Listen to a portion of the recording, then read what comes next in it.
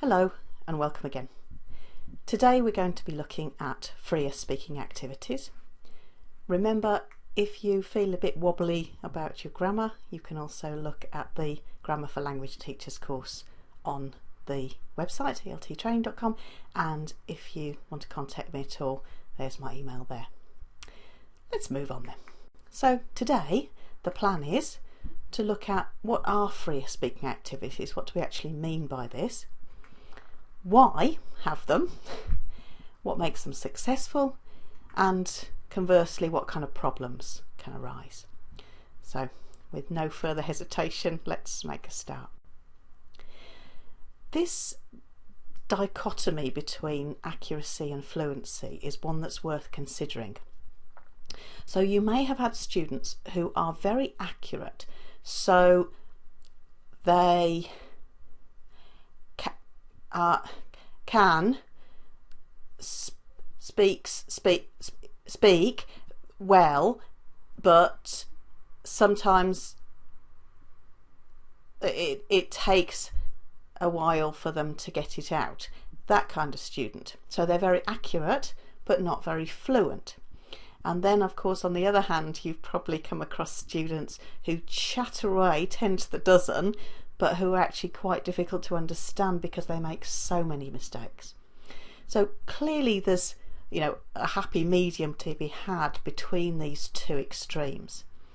Now, whether you're going to focus on accuracy or on fluency will depend a little bit on the level of the learners and the part of the lesson that you're in. But generally speaking, controlled practice type of activities like drills and gap fills and that kind of thing focus on accuracy, whereas freer practice activities focus on fluency, on getting them speaking. So it's that end of the spectrum that we're going to be looking at today. So why have these freer speaking activities is a good question. It's really common that people have learnt something and that it's in this part of their brain and they know how something works. They know how structures work, they know a range of vocabulary, but it takes quite a lot of time to get it from there to their mouth in real time. So if they're sitting down and having the chance to think about it and write it and fill in the gaps, they can probably do it, but they can't get it to their mouths in real time quickly enough. It's hard. So really you need a lot of practice just doing that again and again and again and again until it really becomes easy, until those synaptic connections get made quickly. So that's really why it's important to do a lot of fluency practice. Now, this will depend a little bit on your situation. If you're teaching in a situation where people have the opportunity to practice their language outside, so if they're learning in an English-speaking country, then clearly there might be less emphasis on that in class. If you're teaching in a monolingual situation where people are in their own country and don't get a lot of opportunity to speak English outside of class, then this might be, even more crucial. So this is a good question, I think. Is it not just chatting? And the answer is that no, it really isn't. This is different. And this is different because it's not just about the speaking practice there, but it's about some language input. Now, the language input might come before the speaking, and this is characterized by PPP type of approaches. Now, if you haven't come across this before, then PPP stands for presentation, practice and production, and this is a kind of a model of language teaching where you present a bit of language, maybe some grammar or structures or vocabulary, and then they have some controlled practice of it, gap fills, drills, this kind of thing, and then they do some freer production work of it, so that the language input comes first and the speaking comes afterwards. It doesn't have to be that way, of course. You might have it the other way around, so that you do your speaking first and the language input comes out of that speaking. And this is characterized by things like task-based learning and dogme, where you're looking at emergent language, things which come out of the language that the learners have already shown they can do. So you're looking at taking that on a further stage. But of course, you could also do it either way. I mean, you can do both. It's a good thing, I think, to be thinking about language input before and after speaking activities. But I think that this is the important thing to realise, that it's not just about speaking, it's not just about having a chat in the class, that this really is a part of a greater whole where we're really teaching them something. So the next question, of course, is what makes language fluency activities successful? Because you might have already tried some in class and found that maybe learners didn't respond very well or whatever. So what actually makes these activities successful? Let's look at that. I'm going to give you a couple of examples. So what I'd like you to think about while we're going through these examples is, what is it about these particular examples that perhaps makes them successful? They are successful activities. I've done both of these many times in class, so they do work. But I'd like you to think about why you think they might work. What is it about them? So here's the first one. Here's a picture of a friend of mine, okay, and I'm going to tell you a little bit about her. While you're listening to what I say, I'd like you to listen for these things. Her name, how I know her, something about her job and family, and why I like her. All right. So this person's name's Jo. I know her because she's got children in the same school as my children, so we met on the school run. We walked to school every morning. And the minute I saw her, I thought, I know you're going to be a friend of mine. I just knew it. It's quite funny, actually. I don't know why, but I really did. And she's an interesting person because she grew up in this area, but she moved away and she's lived in Costa Rica for the last 7 or 8 years. And then came back after that with her husband and her 3 children. And she now lives just down the road from me. And I like her because she's really spontaneous.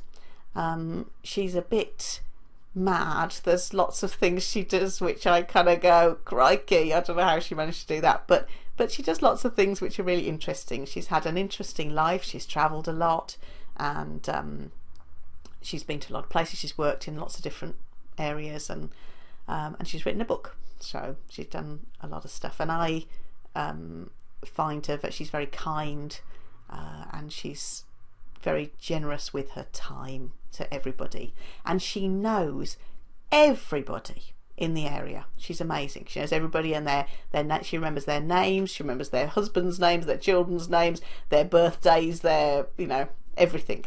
So that's always quite amusing.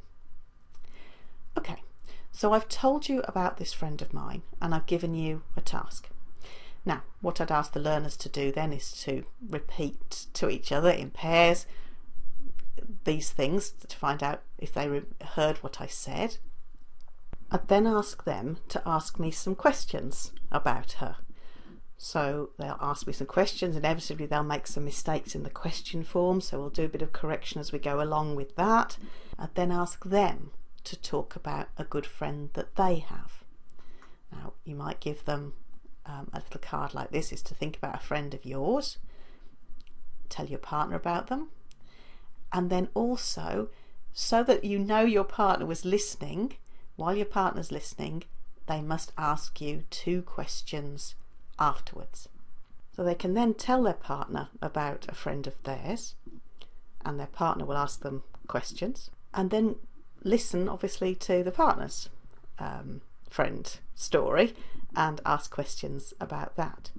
Meanwhile, you can be going around monitoring, listening for any kind of mistakes, and then you can swap them over and get them to do it again.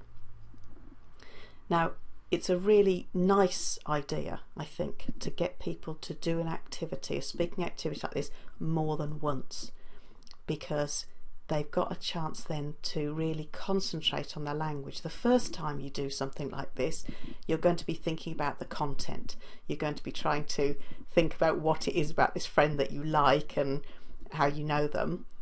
Whereas once you've done it once and you're saying the same things again, you have more brain space to actually think about the language that you're using and hopefully correct it. So I think it's a really good idea to do this sort of thing a second time, and possibly even a third time. And the nice thing then is that it doesn't matter whether I hear, how many times I do this exercise, I'm going to hear about somebody else's different friend. So I'm not hearing the same thing. So it's not boring for me to do the same thing again, because I'm getting the chance to correct my language, and what I'm hearing is different and therefore hopefully interesting. So I would definitely do it a couple of times, possibly 3 even. So if you look at this sort of language input, speaking language input sort of model here, the sort of language that would be good to input here, things like adjectives of personality, describing people, it could be various tenses. I looked at what she has done in her life, she's still alive, whereas what she did, which is finished. So there's all sorts of things that you could practice with this, and you could see what talking about the language input, the correction work afterwards. So there's one idea. Another example activity. Now this was told to me many years ago in a school in Australia, so I don't even know who to credit for it, but it's a great activity and it works very well. You have to start off with a picture of a sports car like this. Now you ask the learners what this is, and they'll tell you of course that it's a Ferrari. Is it expensive? Yes. Would you like one? Yes. Are you likely to have one? No, probably not. I want you to imagine that you have just bought this new red Ferrari. How do you feel about this car? You're really excited, you're really happy. Do you feel a bit possessive about it? Oh yes. Now, your 18-year-old son or daughter has just passed their driving test. And funnily enough, they really want to borrow your red Ferrari. They are very, very keen to drive it. How do they feel? You can elicit this from the learners.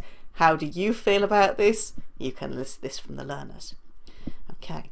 You then put the class into 2 groups, 2 halves. You'll notice I've got identical twins in my class. So put them into 2 halves, and you tell one half that they are the parents, the owners of this red Ferrari, and you tell the other half that they are the teenage driver who would drive it if they could.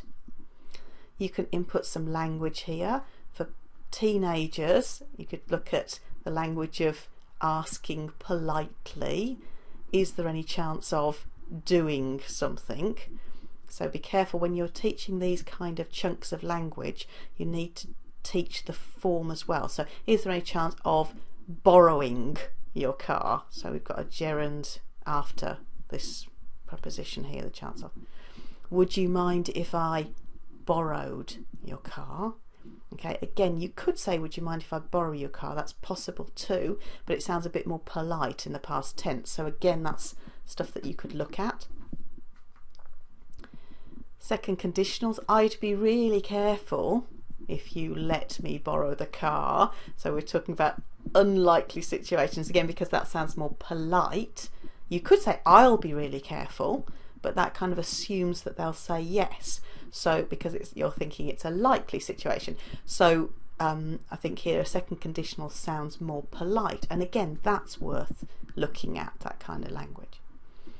For the parents, you could look at the language of saying no politely.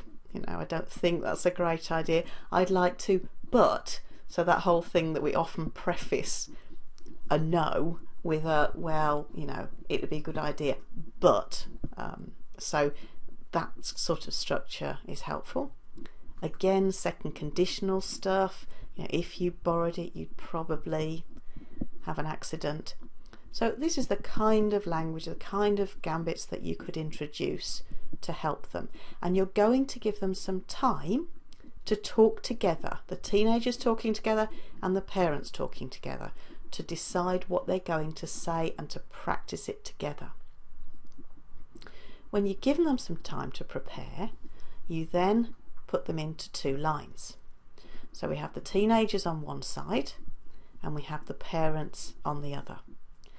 And each teenager therefore has a parent, and you tell them that they're going to talk to 3 different people. They've got 1 minute to try, the teenagers have got 1 minute to try to persuade the parents to borrow the car, and they're going to try 3 different parents. And then you give them an actual task for this, and you say to the parents that they are going to listen for the most persuasive teenager. So you give them 1 minute. 1 minute's quite a long time to be speaking. It doesn't sound like a lot, but you time yourself speaking for a minute. It's actually quite a long time. So you get them speaking for a minute with the partner that they have. And then if you've got them in this format, it's really easy and quick to change partners simply by moving everybody down one and one person onto the end. They can do the same thing then with a new partner. Again, 1 minute, and then you can move them again in the same way and give them a final 1 minute. So they've talked to 3. Okay, you can then put them back into their original groups, maybe discuss a little bit what was said, and you can decide, the parents can decide who was the most persuasive teenager, and you can ask them that and why. It's also then worth doing some error correction. So as you're listening around, perhaps between the first and second slot, between the second and third slot, listen to what they say and put the errors that they make on the board. So these are some of the errors, the sort of errors that they might make. So if you would borrow the car, you would crash. So overusing that would in the second conditional, really common kind of problem because it's direct translation from many European languages. So you need to show that the would is only used in the second clause or in the non-if clause. So the if clause doesn't have a modal in it. You could also maybe do a bit of work on pronunciation. You'd crash is more usual in speech, unless you're emphasising it. You would crash. Please let me to borrow it. So obviously this verb pattern of let me do something is quite unusual. Usually a verb is followed by the full infinitive like this. So let me do something, make someone do something is an unusual verb pattern, so that's something people often get wrong. Here in this one, they've obviously thought that accident is a verb. So again, you can teach the collocation have an accident. So this is the kind of thing. And as I say, if you do that between the first and second, or between the second and third, they again have another chance to do the same thing again, focusing on the language that they're using. Doing error correction like this on the board anonymously is a nice idea because it's anonymous. Because I know that I'm the one who said you will accident, but nobody else knows that, except possibly the person I was speaking to. So it's a way of drawing attention to people's mistakes without embarrassment, and also allowing other people to benefit from these kind of things which are, you know, common problems. So again, with this one, you've got language input at the beginning, giving them gambits. We've got the fluency practice, and then we've got language input in terms of error correction and stuff afterwards. So there's a couple of activities. I'd like you to think for a minute, just switch me off and think, what is it? Those are both activities which work very well in class. What is it about the way they were set up, about the way they work, that would make those successful, do you think?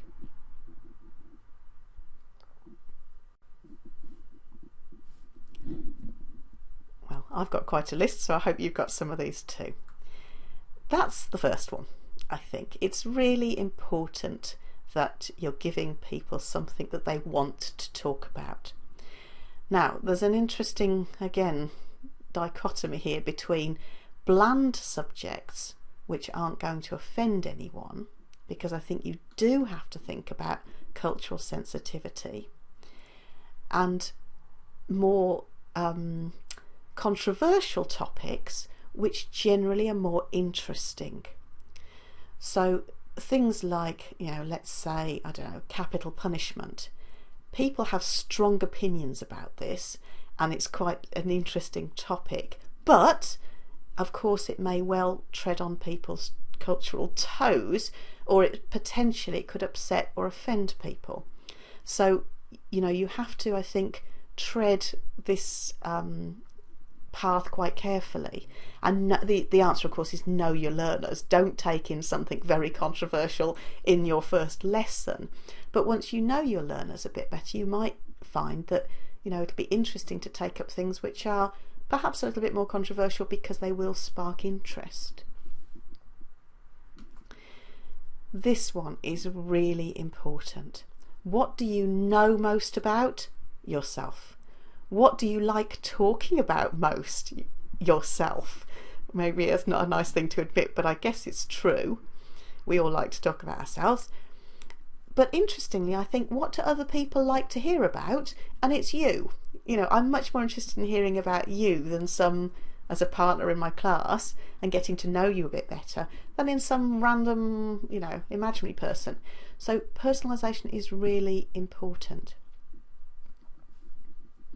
If you can think back to the activities that we've just done, clearly the good friend one, I'm giving them something of myself. This, that really is a friend of mine. It's true.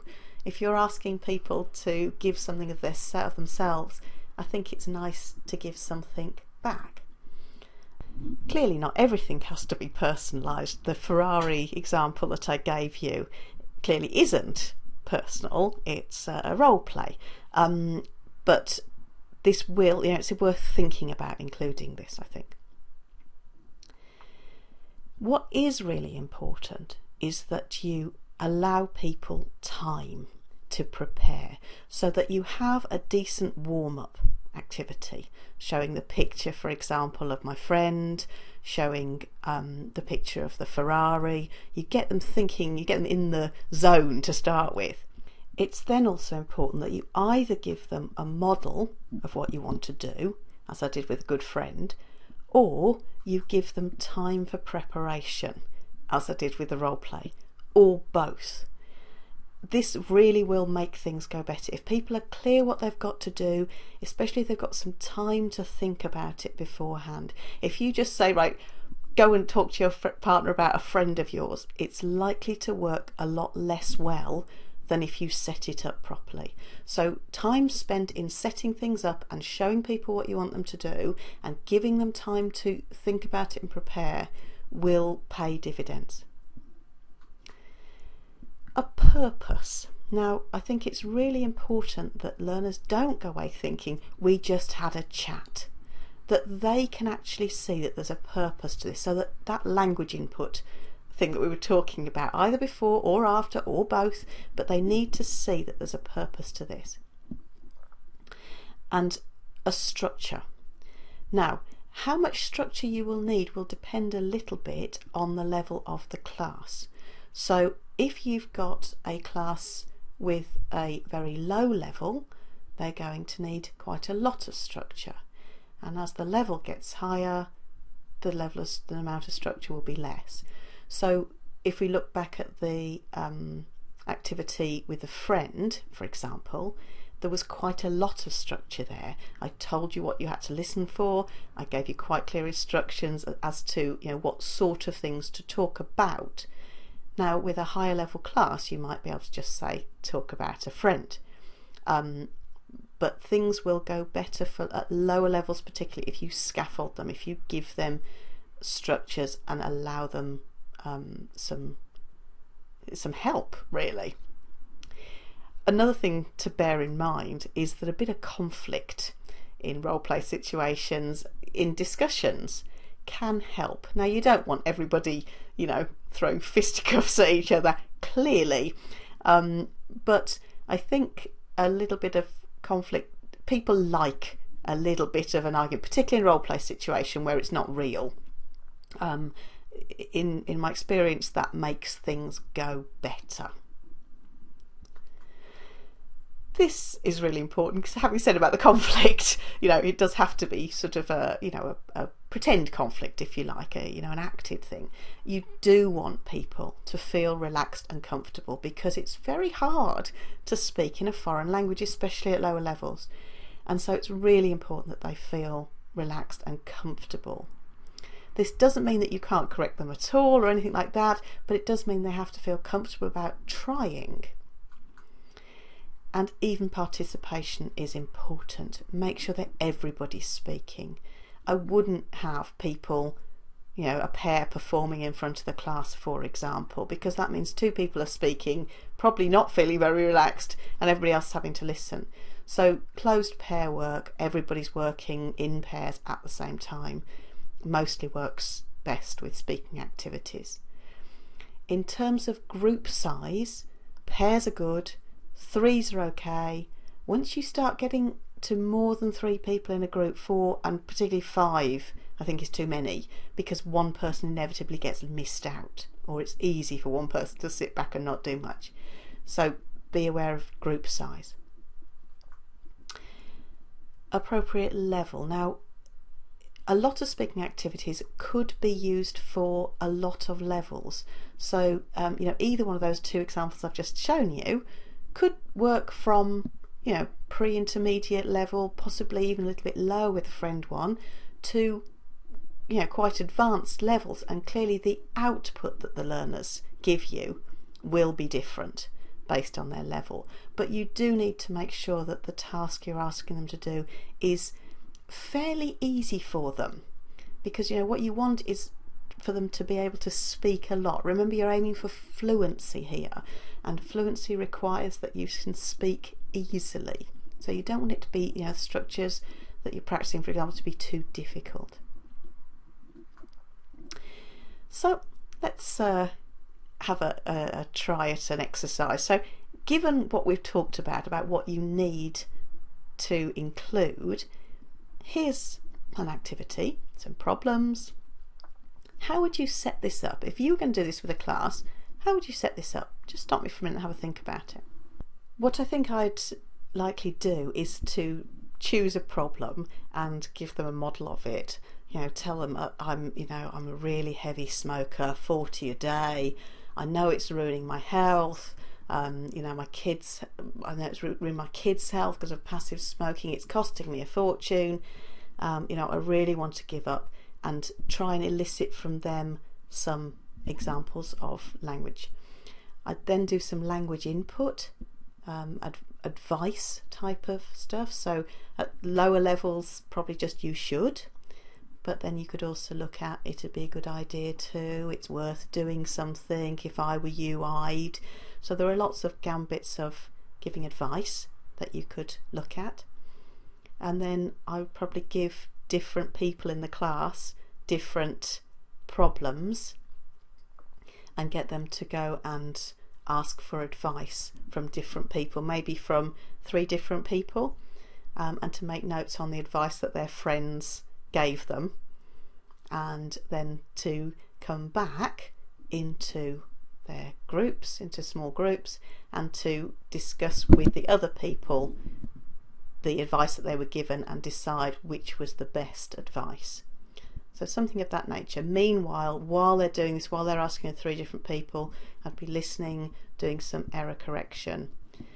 This kind of thing, clearly personalisation isn't going to work very well here. You probably don't want people, discussing their own problems in class. It could get very sad and difficult.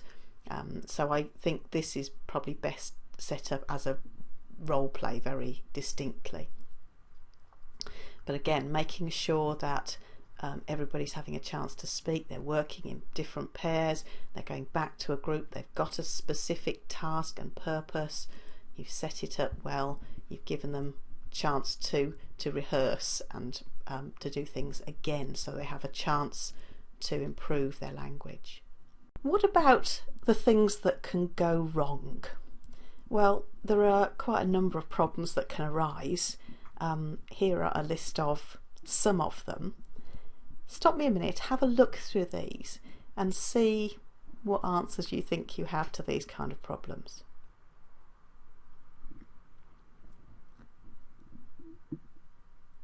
So these two can be really difficult. They can't express themselves, they feel inhibited.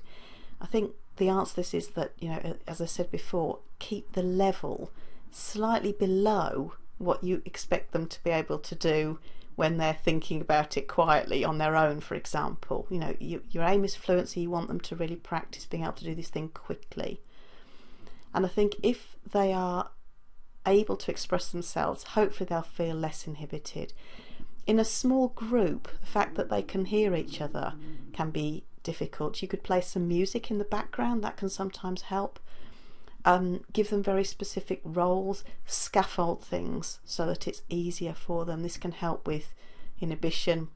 One strategy is to have them speaking to each other across the room so that they have to shout and speak a bit louder. That can be something to do as a one-off activity, just to break the ice a bit, or to play music very loudly so they can't hear themselves very easily and they have to speak louder. That sort of thing can help. With these two things, again, it's about the topic really, I think, and about instructions. So if they have nothing to say, if you give them time to prepare and the topic is interesting, hopefully these things will address that issue. And again, giving a clear model will make them see very clearly what it is that they're supposed to do. This one can be a big problem. You know, you have a confident learner in your class. It's not that they mean to take over necessarily. They're not being horrible, but they're just a bit more confident than the others. Perhaps their level's slightly better than the others, and it's really easy for them to take over. A good strategy here can be to give them a particular task. For example, if you've got you know, a small group of debate type of thing, you could make that person the chairman or woman, and so they are not allowed to have their own opinion, but they have to encourage everybody else to speak, and then they feedback. So something like that can help to actually give people particular roles where they all have to be involved. This clearly is a difficult one, and there's no easy answer to it. If it's small amounts, especially at lower levels, if it's small amounts of checking and that sort of thing, then I don't think it's a big deal. But clearly you want to emphasise to them that this particular activity is something which they really need to try to use their English, because they're practicing getting it from their brains to their mouths in real time. And this one, I'd say, isn't a problem. You know, learners will make mistakes with the language. They're going to make lots of mistakes actually in fluency type of exercises, and this actually isn't a problem. It is part of the learning process. So, you know, whilst some error correction and working on particular language points will be a good thing to do, you can't and you shouldn't pounce on all mistakes that they make. It's, you know, it's inappropriate. You have to allow them some space to develop, and it does take a long time. You know, the fact that I know something, I can teach you how to stand on your head, put your head on the floor, put your legs in the air, you know what to do. It's going to take you a lot of practice to actually do that. And it's the same with learning a language. I might know what I've got to do, but I can't actually do it in real time until I've done a lot of practice. So expect that they'll make mistakes, and you know, that's part of the learning process. Anyway, I hope that that has been helpful and has given you some ideas, and good luck with your freer speaking activities. Goodbye.